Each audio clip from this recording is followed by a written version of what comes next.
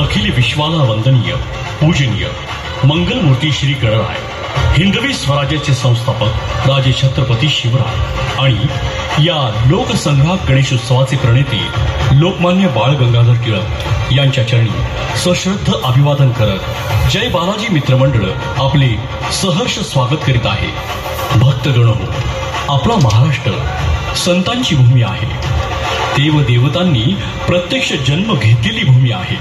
त्यामुळे महाराष्ट्रामध्ये अनेक देवी देवतांची मंदिरे आहेत. त्यापैकी नाशिक जिल्ह्यातील कळवण तालुक्यातील नांदूर येथील सह्याद्री पर्वताच्या 7 शिखरांमध्ये आपली आदिशक्ती राहते. ही आपली आदिशक्ती या ठिकाणी कशी आली? तर भक्तांनो, आदिमाया शक्तीची भारतामध्ये 51 शक्तीपीठे आहेत. त्यातील महाराष्ट्रामध्ये 3.5 शक्तीपीठे आहेत. त्यातील हे अर्ध शक्तीपीठ आहे.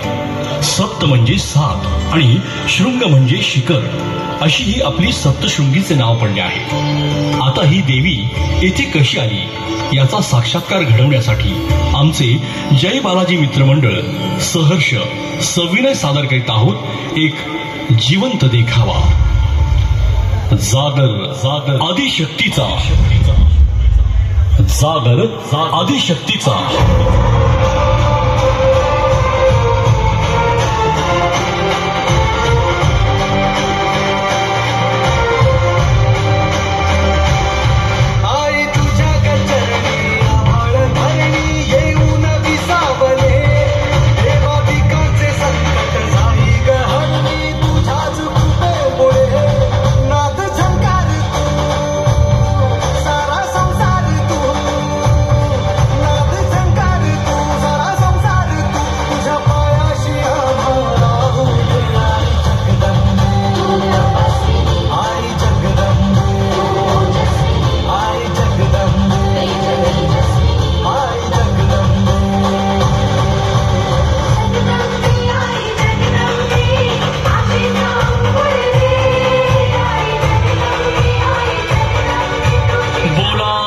शृंगी माता की जय.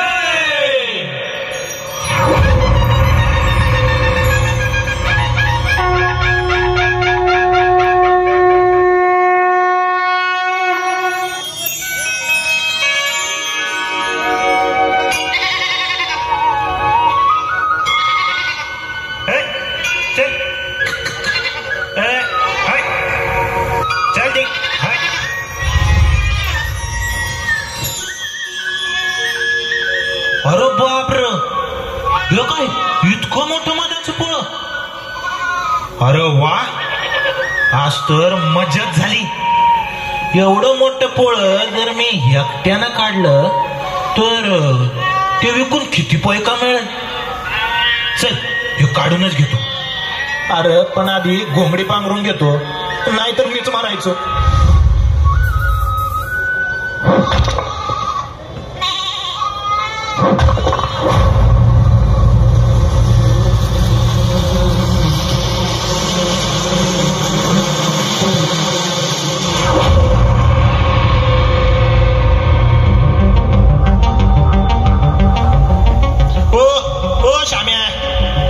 इकडे लवकर ये.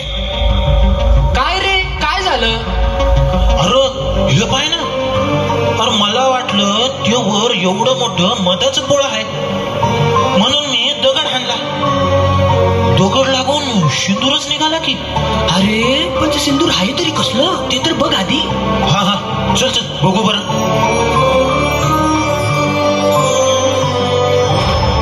अरे ही तर देवी आहे.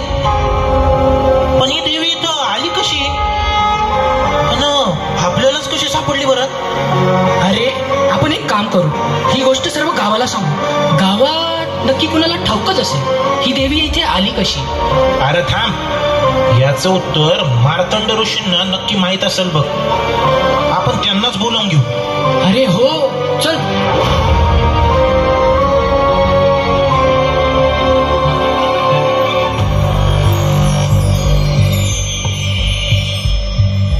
हे ऋषीवर, आमच्याकडून काही चुकी झाली असेल तर क्षमा असेल. पण ही तेजस्वी मूर्ती कोणाची आणि एवढ्या उंच डोंगरावर कशी प्रकट झाली बरं?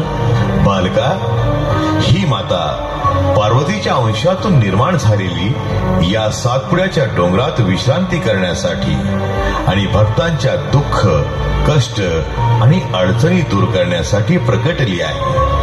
ही आदिशक्ती अंबा माता श्री सप्तशृंगी माता आहे. पण ऋषीवर, या मातेनं इथं प्रकट होण्यामागचं कारण तरी काय आहे? सांगतो. त्याआधी देवीच्या स्थापनेची तयारी करा.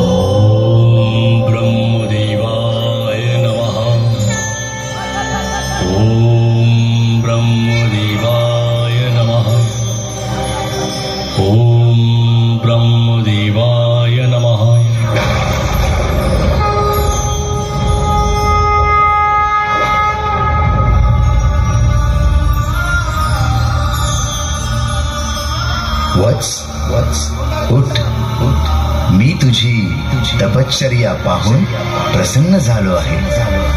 हे ब्रह्मदेवा, प्रणाम प्रभू. मी आपला परमभक्त महिषासूर. मला आपल्या चरणी स्वीकारा प्रभू. बोल महिषासुरा, काय वरदान हवंय तुला? हे ब्रह्मदेवा, मला वरदान द्या की या पृथ्वी तलावर कोणीही माझा वध करू शकणार नाही. हेच वरदान हवंय मला. मला वरदान द्या प्रभू.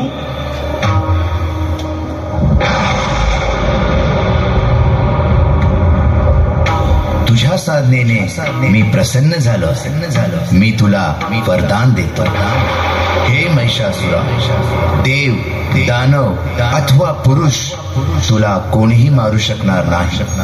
तथास्तु.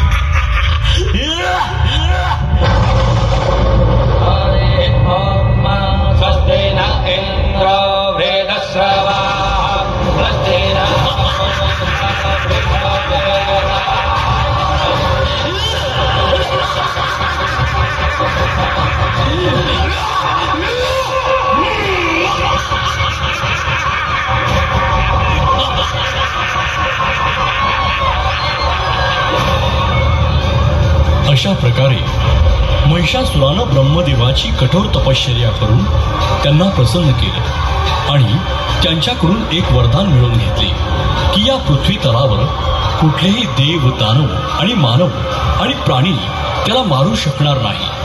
आणि हा वरदान मिळताच महिषासुर मदमस्त होऊन प्राणी मात्रांवर, जनसामान्यांवर घोर अत्याचार करू लागला. त्याने ऋषींना देखील अपमानित करत त्यांचे होम, हवन, पूजा विधी, समस्त कुंडांना उद्ध्वस्त केलं. त्यांचे आश्रम उद्ध्वस्त केले. असा हा महिषासूर माजला आणि संपूर्ण देवलोकात त्याच्याविषयी क्रोध निर्माण झाला.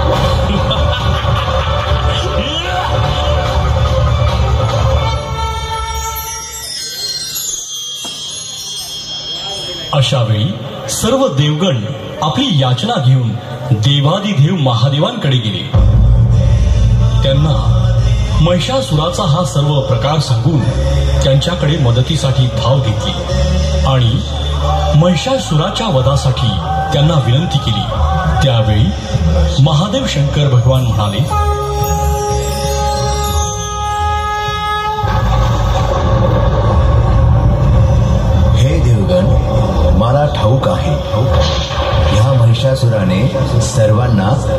केले आहे.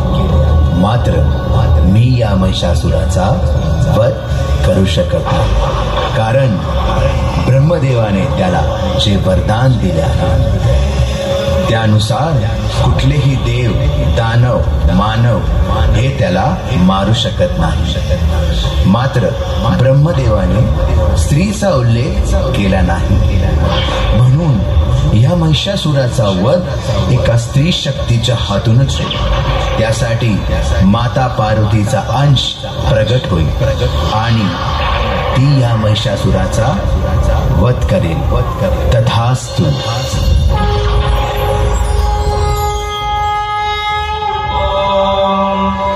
जयन्ते मंगलाकाले भद्रकाली कपालिनी दुर्गा क्षमा शिवा धात्री स्वाहा. अशा प्रकारे मार्कंड ऋषींनी मोठा यज्ञ सुरू केला आणि सर्वांनी देवीची आराधना केली. आणि त्यावेळी पार्वती रूपी कन्येनं या यज्ञात उडी मारली आणि यज्ञातून एक तेजस्वी महाकाली स्वरूप देवी अवतरली.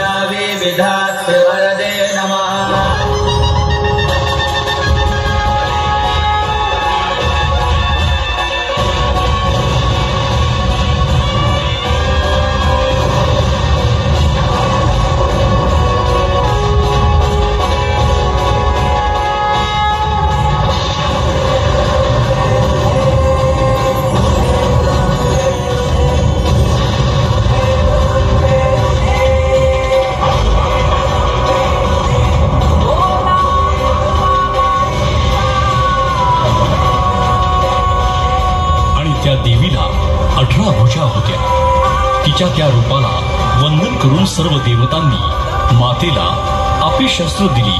श्रीकृष्णाने आपले सुदर्शन चक्र दिले, महादेवांनी आपला त्रिशूल दिला, इंद्रानं खडक दिले, ब्रह्मदेवाने आपलं कमंडल दिलं, प्रत्येक देवानं शस्त्र दिले आणि देवी सज्ज झाली महिषासुराचा वध करण्यासाठी.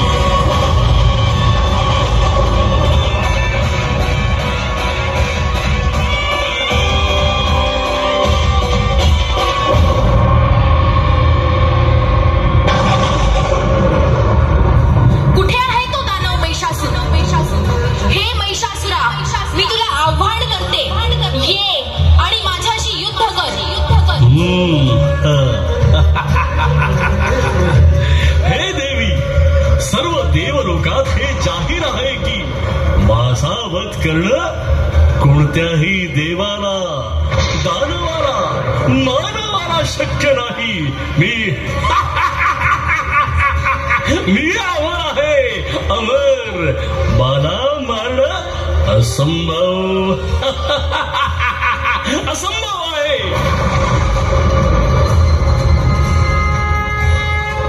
अरे महिषासुरा, तुला ब्रह्मदेवाने वरदान देताना स्त्रीचा उल्लेख केला नाही, म्हणून तुझा वध करण्यासाठी मी हे रूप धारण केले आहे. आता तुझा वध निश्चित माझ्या हातून होणार.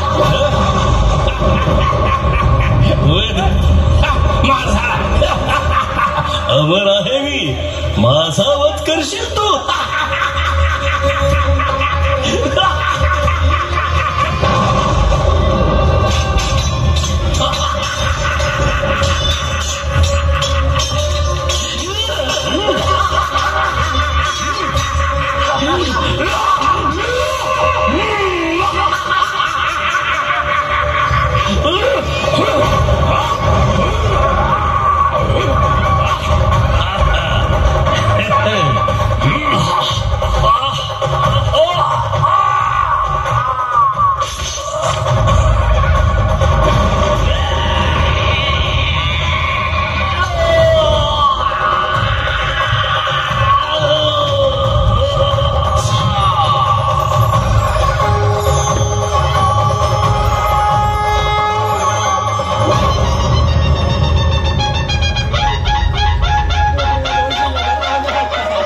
अशा प्रकारे मानव तसेच भूतलावरील सर्व जीवांचे रक्षण करत आई सप्तशृंगी मातेनं या दैत्याचा नाश करून सर्वांना जीवन दान प्रदान केलं.